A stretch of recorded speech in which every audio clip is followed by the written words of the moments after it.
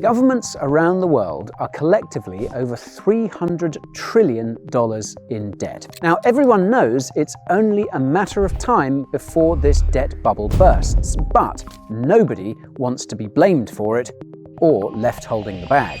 The most terrifying part is that the elites appear to be using this growing debt bubble as a tool to prevent their opponents from taking power, or keeping them in check on the off chance that they do. So today we're going to explain how government debt is being weaponized to prevent real political change from taking place, reveal who is involved, tell you what comes next, and what it means for the markets. Make no mistake, this is one of the most important videos you will ever watch.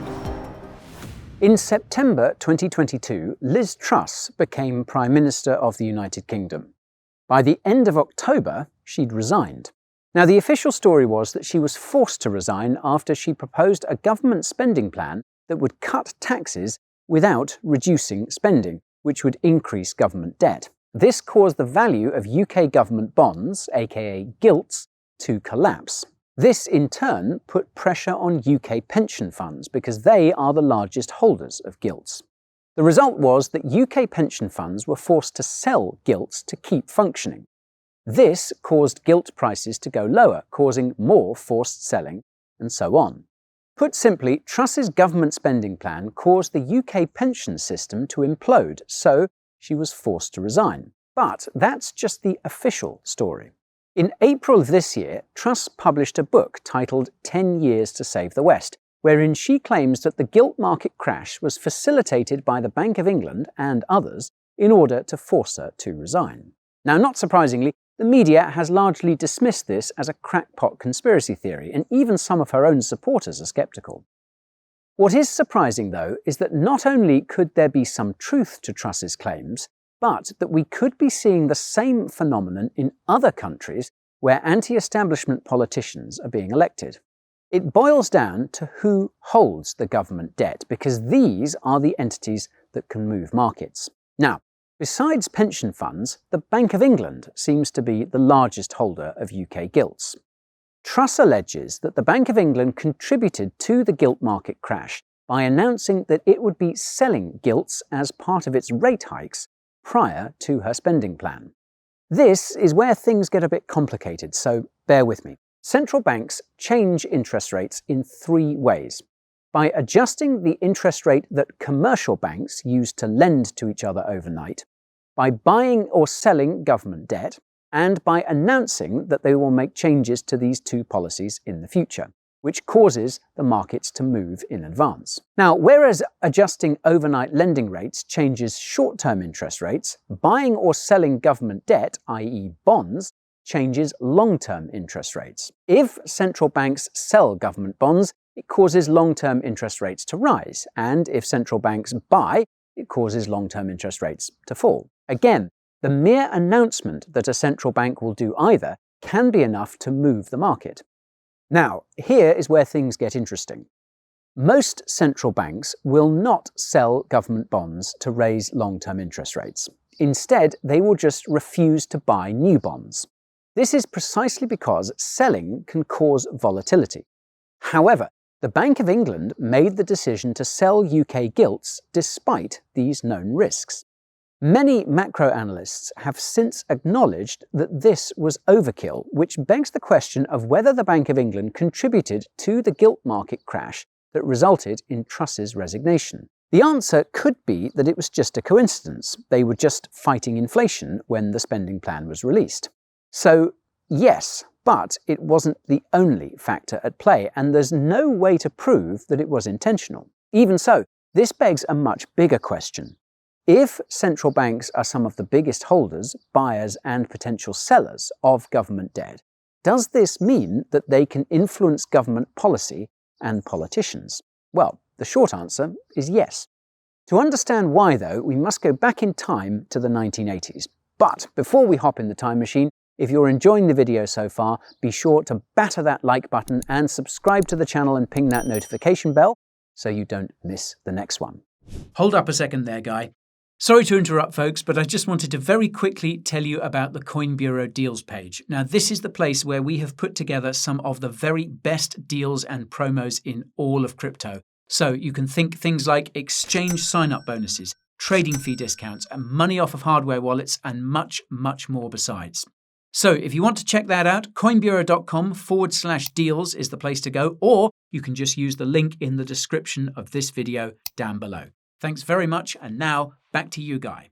Now, after the UK gilt market collapsed, there were many headlines declaring that the so-called bond vigilantes had returned. Bond vigilante is a term coined by an investor named Ed Yardeni, and it's used to describe holders of bonds that will sell or threaten to sell their bonds to pressure their issuers. Again, this is because selling bonds causes interest rates to rise, which makes debts more expensive. Ed coined the term in 1980 when large holders of US government bonds started selling in order to pressure the Federal Reserve to raise interest rates more aggressively. For context, there was surging inflation in the 1970s and 1980s. Then, Fed Chairman Paul Volcker eventually raised interest rates into the double digits in order to fight it. The more relevant instance of bond vigilante activity, though, comes from the 1990s, when large holders of US government bonds started selling to protest against then-President Bill Clinton's government spending plan. Long-term interest rates rose from 5% to 8%, and the spending plan was subsequently scaled back.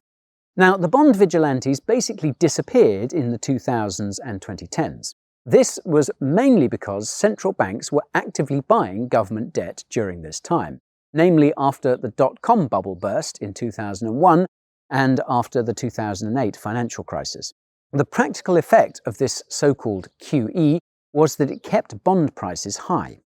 For reference, buying government bonds doesn't just cause long-term interest rates to fall, it also causes the price of these government bonds to rise. Logically, the bond vigilantes weren't too upset about the constant QE, as the whole purpose of their bond investing activities is to make a profit, at least on paper. In practice, this all depends on who the bond vigilantes are. If they're private entities, such as pension funds, then yes, it's in their interest to maximize profits in real terms. This means ensuring that they're being paid back with an interest rate that compensates them for inflation over the duration of the bond.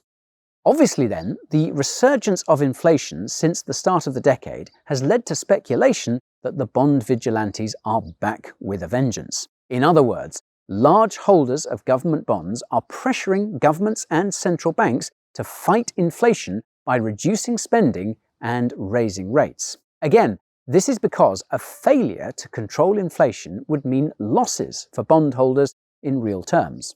The thing is that the largest holders of government bonds are no longer private entities that are profit-orientated. The consequence of all the QE we've seen since the early 2000s is that public entities such as central banks are now some of the largest holders of government debt in many countries, like the UK. Whereas private entities like pension funds are incentivized to maximize returns, public entities like central banks are effectively incentivized to maximize politics, as they are effectively a part of the government. And this is where things get seriously scary, particularly for anti-establishment politicians. Take a second to consider that there are 10 times more Democrats than Republicans working at the Federal Reserve. Now suppose that an anti-establishment Republican politician is elected president later this year. Then imagine that there is significant bond market volatility after they propose a government spending plan. At first glance, it would look like the bond vigilantes are back again, selling their bonds in protest. Upon closer inspection, however, things could look very different.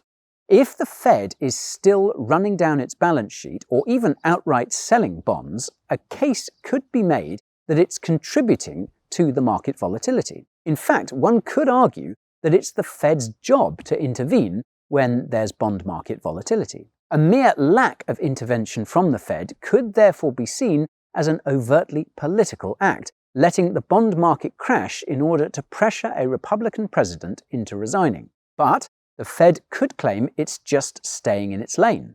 Now, this might sound crazy, but it looks like it's happening in the EU, and it could happen again in the UK.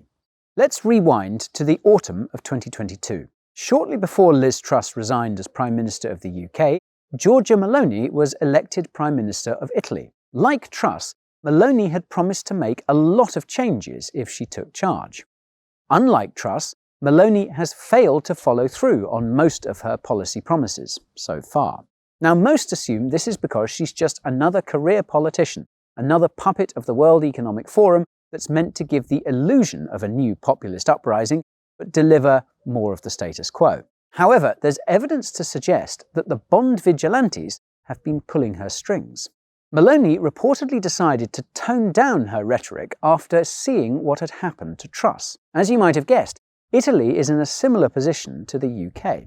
The European Central Bank is one of the largest holders of Italy's government debt. Notably, it's apparently been the biggest buyer in recent years. This makes the ECB an entity that's capable of being a bond vigilante for Italy. As we just discussed, public bond investors are driven by politics, not profits. In this case, the political imperative for the ECB is a continuation of the EU as an institution. As a right-wing populist, Meloni is a threat to this continuity. Of course, it could be a coincidence that Italian bonds have become less volatile as Meloni has fallen into line with the EU's attitudes towards things like immigration and the war in Ukraine. But it's possible they're a direct outcome of her compliance. Comply, and the ECB will keep your bond market stable. Additional evidence for this can be seen in France, where bond market volatility spiked after President Emmanuel Macron called a snap election. For those who don't know, the right-wing National Rally Party, led by Marine Le Pen, recently won France's EU elections, foreshadowing a win in the snap election. As with the UK and Italy, mainstream media outlets reported that the bond market vigilantes started dumping French bonds in protest at Le Pen's populist economic policies. After a week of record volatility, the National Rally abandoned many of its key proposals, including political and geopolitical ones. As many have pointed out, this much bond volatility would typically justify ECB intervention, yet the ECB hasn't lifted a finger at the time of shooting. Whereas the Bank of England's actions could be explained by its inflation fight, the ECB's lack of action with France seems to be inconsistent with its easing cycle. To clarify, the ECB recently began cutting rates and signalled more rate cuts were coming. This would theoretically make the central bank more willing to intervene in EU bond markets with QE, bond buying. This fact is a bit harder to write off as a coincidence, but it's impossible to prove that the ECB's refusal to stabilise France's bond market is due to fears of a far-right government in France. As with our hypothetical example involving Republicans and the Fed, the ECB can claim it's just staying in its lane. Funnily enough, that's essentially what the ECB recently said when asked about the French bond market. Not only that, but France's bond market remains incredibly volatile. While this could be explained by the continually high spending of the Macron government, the fact that financial media outlets have continued to scream about a Le Pen government being bad for bonds suggests politics are the cause. Further evidence for this comes from a recent bond sale by the Macron government. The fact that this bond sale went smoothly despite bond market volatility suggests the volatility is political, not economic. Although the ECB isn't nearly as involved in French bonds, public institutions are still very large holders. The caveat is that the politics at play in France could be radically different from what's happening in Italy and what happened in the UK. And they could be identical to what's about to happen in the UK. And here is where the real craziness begins. UK Prime Minister Rishi Sunak and French President Emmanuel Macron recently called elections that caught most people off guard. At first glance, it's not clear why either of them did this, given that they're both projected to lose. Upon closer inspection, however, it appears they know what's about to happen to their bond markets. The day before Sunak called the UK's election, the IMF warned that the UK government needed £30 billion to stabilise its debt burden. 2 weeks before Macron called France's snap election, its debt was downgraded, meaning bond investors are slightly less certain the country can pay its debts. With that in mind, it starts to look like elections were called in the UK and France because both countries are at risk of defaulting on their debts, and the parties in power can do nothing to stop it. Now, this could once again be a coincidence, but it's evidently a much better explanation than what's been given, and it would explain why both Sunak and Macron have been pushing for objectively unpopular policies. Think about it. By calling an election when they're down in the polls and pushing for policies that push them lower, Sunak and Macron have guaranteed that their political parties will not be blamed for any upcoming debt crises in their respective countries. Their opponents will be left holding the bag. Now, this is exactly what Steve Bannon, Trump's former chief strategist, believes is happening in the UK. He believes that the Conservative government called an early election so that the Labour Party will win. Then the gilt market will implode, Labour will be blamed, step down, and the Conservatives will return to clear up the mess. In Bannon's own words, it's going to be Liz Truss times 10. Oddly enough, though, Bannon doesn't believe that the Bank of England was behind Truss's ousting, and he might be right. You see, QE by central banks hasn't just made them big enough to be bond vigilantes. It's also reduced the supply of freely tradable bonds. This is something macro analyst Weston Nakamura has been shouting from the rooftops for years. Part of the reason why bond markets are becoming so volatile is because their circulating supply is becoming increasingly restricted as central banks buy up more and more bonds. This is extremely important. What it means is that you don't necessarily have to be a big bond holder to be a bond vigilante. In plain English, you don't need to be a central bank or a large pension fund to move bond prices anymore. The restricted supply makes it possible for smaller players like hedge funds and the like to move the markets. In turn, this means that the supposed bond vigilante activity coming from central banks and other public institutions could actually be regular bondholders, knowingly or unknowingly, playing the role of bond vigilante. It could actually be regular billionaires like Bill Gates changing policy and pressuring politicians. By the same token, however, the low circulating supply of bonds means that central banks and other public institutions could also be playing the role of bond vigilantes with the smallest of changes. Even the smallest action or smallest inaction could be enough to move bond markets, which is truly wild. If this is indeed the case, though, then it will inevitably result in central banks having to buy up all the government bonds in circulation, as that will be the only way to control bond market volatility. In fact, they could be forced to do so precisely because if they don't, then they will be accused of being political. Put differently, central banks will eventually have to comply with the politics of whoever is in power, because if they don't, the politicians in power will claim the central banks are being political and force them to comply, which will paradoxically make them political, a self-fulfilling prophecy. Come to think of it, the fact that central banks may only intervene in bond markets once they've been forced to by the political party they're potentially protesting against could cause a delay in the initial response. So, this brings me to the big question of what comes next and what this means for the markets. Well, in case it wasn't clear enough, it seems that what comes next is a government debt crisis of some kind, with France and the UK potentially leading the pack. Canada could also be on the list if it gets a snap election too. FYI, Canadian government debt is also at risk of being downgraded.